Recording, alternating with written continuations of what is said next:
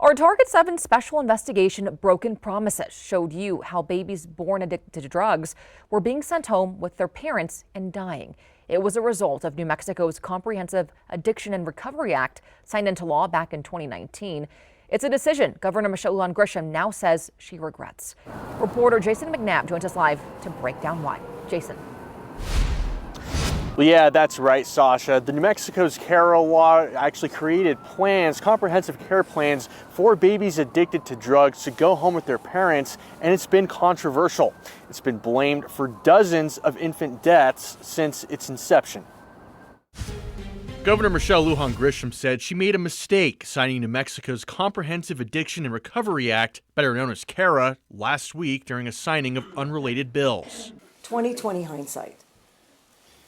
I regret that I signed the bill in 19 for CARA. The governor signaled problems with the law last June, signing an executive order directing the state to begin removing drug-addicted infants from their parents after a slew of deaths and putting them into CYFD custody. Previously under CARA, CYFD wouldn't have to be notified when an addicted baby was sent home. The directive was a stark change to what had been law since 2019. We were releasing, after they were well enough to go home, infants in the care of highly drug-addicted parents who were not required to take any service or get treatment for their addiction.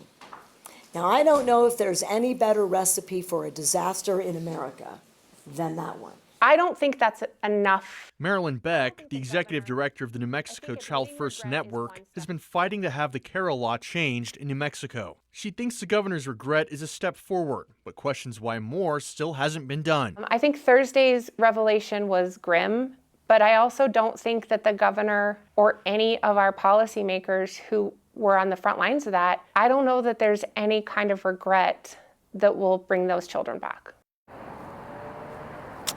Now, Beck adds it's crucial to see if the governor's order will last throughout the rest of the year, which is a gubernatorial year, with that gubernatorial election coming up at the end of the year.